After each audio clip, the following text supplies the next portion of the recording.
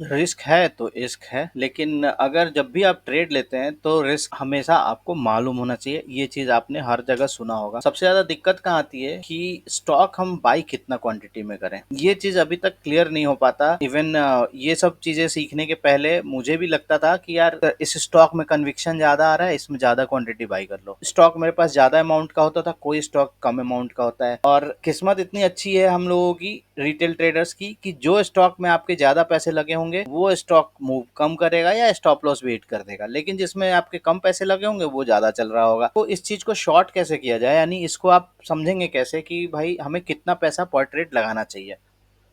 अब आपके सामने अब आपके सामने कोल इंडिया का चार्ट है। यहाँ पे देखिए कोल इंडिया में अभी 512 रुपए का चल रहा है और यहाँ से ये ब्रेकआउट दे सकता है। अब ऐसा लग रहा है कि भाई यहाँ से स्टॉक इस लेवल के ऊपर निकल रहा है। अब यहाँ से काफ़ी बड़ा रैली यहाँ से दे सकता है, लेकिन आपको कहीं ना कहीं स्टॉप लॉस तो लगाना होगा। तो ये एक लेटेस्ट स्विंग बना हुआ था यहाँ पे, इसका लो आपको स्टॉप लॉस डिसाइड आपने कर लिया कि चलो ये वाला जो पॉइंट है 470, चलिए यहाँ पे हमने लगा लिया कि 480 का हमारा स्टॉप लॉस है, 480 रुपये का स्टॉप लॉस है। और 512 रुपये का पे हम एंट्री करेंगे और हम ऊपर तक स्टॉक को राइड करेंगे।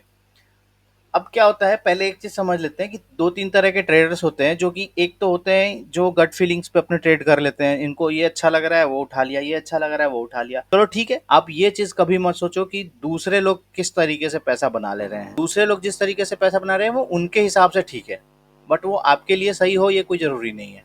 तो जो आपका पैसा बना के दे रहा है बस वो ठीक है। बस आपको अपना रिस्क पता होना चाहिए और रिस्क के हिसाब से आपको अपना पोजीशन साइजिंग रखना चाहिए। अगर आपका पोजीशन साइजिंग सही है तो आपको चिंता करने की कोई जरूरत नहीं है। आप स्टॉक कैसे भी सिलेक्ट करते हो, अपनी गट फीलिंग पे सेलेक्ट करते हो या प्रोवाइडर से टिप्स लेते हो, या आज के डेट में सारे जितने भी रेगुलर ब्रोकर्स तो छोड़ो, जो जो डिस्काउंट ब्रोकर्स हैं वो भी आज के डेट में टिप्स प्रोवाइड करने लग गए हैं। अब तो ऐप आ गए मोबाइल के ऊपर कि आप ऐप इंस्टॉल कर लो, उसमें डेली एक दो ब्रेकआउट स्टॉक आते रहेंगे, स्टॉप लॉस और टारगेट भी आता रहेगा। तो आप कहाँ से स्टॉक सेलेक्ट कर ले हो, किस तरह से चूज करोगे, ये सब चीजों के पीछे बात नहीं कर रहा मैं, बस बात कर रहा हूँ कि आप जहां से आप लो स्टॉक, आपको अगर अपना रिस्क नहीं मालूम है, आप पोजीशन साइज नहीं डिसाइड कर सकते, तो आपको कितना स्टॉक खरीदना है वो चीज आज के वीडियो में हम डिस्कस कर रहे हैं। तो बातें बहुत हो गई, लेट्स स्टार्ट द वीडियो और समझते हैं कि कोल इंडिया आपको यहाँ 512 रुपए पे खरीदना है और 480 रुपए का आपका स्टॉप लॉस है। अब हम चलते हैं अपने एक्सेल सीट के ऊपर। ये कुछ मैंने बना के रखा हुआ है बॉक्स, अब आपको ये चीज बाद में समझाऊंगा, पहले आप थोड़ी सी ये चीजें समझ लो कि आपको अपना कैपिटल डिसाइड करना होगा कि आपका कैपिटल कितना है। अब आप कहोगे कि भाई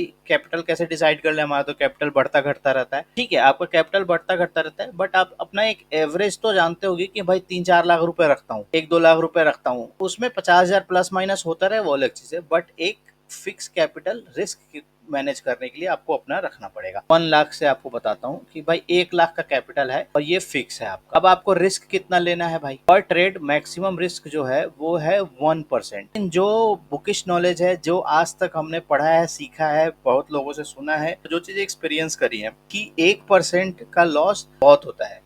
आपके टोटल कैपिटल का 1% से ज्यादा लॉस एक ट्रेड में नहीं होना चाहिए। यहाँ पे रिस्क कितना है आपका 1%, यानी 1,000 रुपये आपका रिस्क है। अब आप सोचो कि आपको एक ट्रेड लेना है कोल इंडिया का, और कोल इंडिया के ट्रेड में आपको 1,000 रुपये से ज्यादा लॉस नहीं करना है। प्रॉफिट जो होगा होगा, प्रॉफिट की बात ही नहीं है यहाँ पे।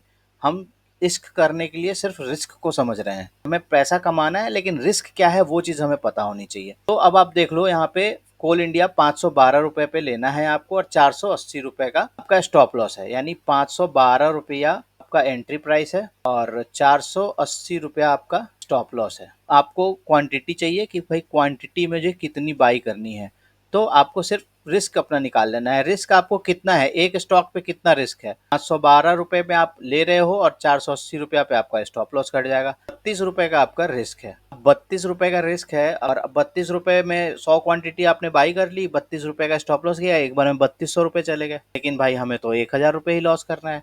तो सिंपल सा मतलब है कि आपको यहाँ पे 32 रुपए लॉस एक ट्रेड एक शेयर में होने वाला है और आपको मैक्सिमम लॉस आपको 1,000 रुपए का ही लेना है।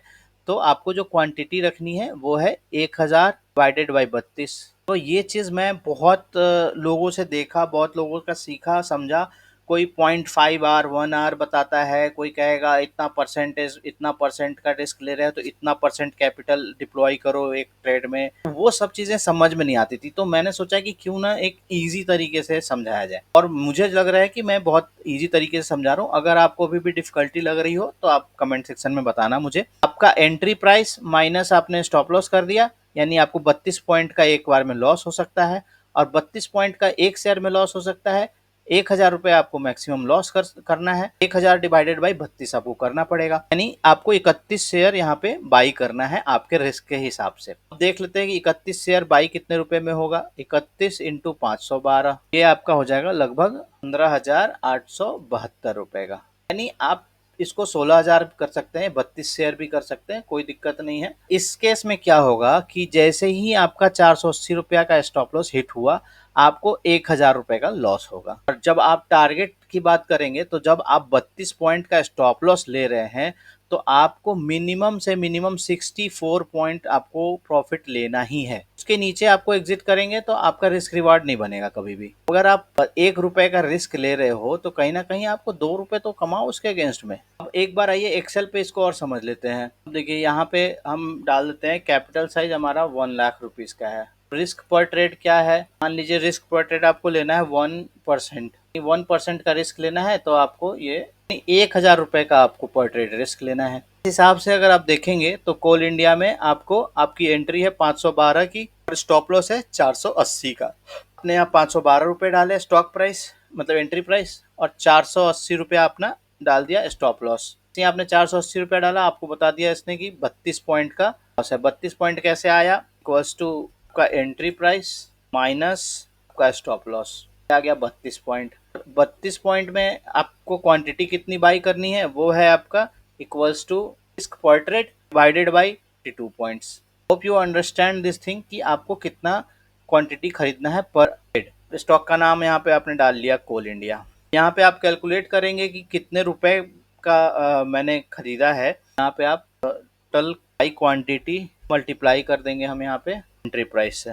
16,000 रुपये का आपको यहाँ पे ट्रेड मिलेगा। मान लीजिए 1,00,000 कैपिटल में से आपने एक स्टॉक 16,000 का खरीद लिया, तो आपका कैपिटल अब कितना बच गया है, आपके पास 84,000 रुपये अभी और भी बचे हुए हैं। फिर मान लीजिए इसी तरह से कोई अगला स्टॉक है, मान लीजिए कि एग्जाम्पल के लिए ले लेते हैं कि कोई अगला टाटा मोटर्स ले लेते हैं, 960 रुपये पे आपको एंट्री मिल रही है और स्टॉप लॉस है 940 रुपये का।